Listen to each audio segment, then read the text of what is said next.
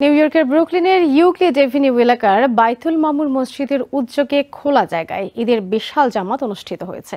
মসজিদের সামনে গ্লেনমোর এভিনিউ সহ আশেপাশের বেশ কয়েকটি সড়ক জুড়ে এই জামাত অনুষ্ঠিত হয়। আশেপাশের সড়কগুলোতে রাস্তার যান চলাচল বন্ধ করে দিয়ে জামাতের আয়োজন করা হয়। এতে অংশ নেয় স্থানীয় ধর্মপ্রাণ কয়েক হাজার মুসলমানরা। বাংলাদেশি কমিউনিটি ছাড়াও বিভিন্ন কমিউনিটির নারী, পুরুষ এবং শিশু কিশোরের অংশগ্রহণ করেন।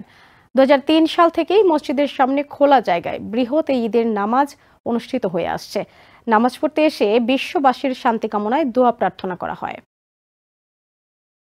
সবাই এখানে ঈদের নামাজ একসাথে পড়তেছে, যার মাধ্যমে আমাদের যে মুসলিম উম্মাহ ঐক্য, ভালোবাসা, তারপরে সবার ভ্রাতৃত্ব, এটার একটা বহিঃপ্রকাশ এখানে ফুটে উঠেছে। ওজন পার্কে আমাদের সবচেয়ে বড় ঈদের নামাজ। এখানে বিভিন্ন ধর্মের মানুষ দেখতেও আসে, বিভিন্ন রকমের মানুষ আছে, অনেক কালচার, অনেক সংস্কৃতির মানুষ আছে। আমরা বাংলাদেশের মানুষরা যেভাবে বাংলাদেশে ঈদ করি, এখানে সেরকমই ঈদের মতন ঈদের আমেজ মনে হচ্ছে। প্রবাসীদের মাটিতে বাঙালি সবাই ফ্যামিলি, সো একসাথে বাংলাদেশের সাথে দেখা হচ্ছে, ভালো লাগতেছে। আমাদের বাংলাদেশি কমিউনিটি এখানে আছে, সবার সাথে ঈদ করে ঈদ উদযাপন করে আমাদের কাছে অনেক ভালো লাগতেছে।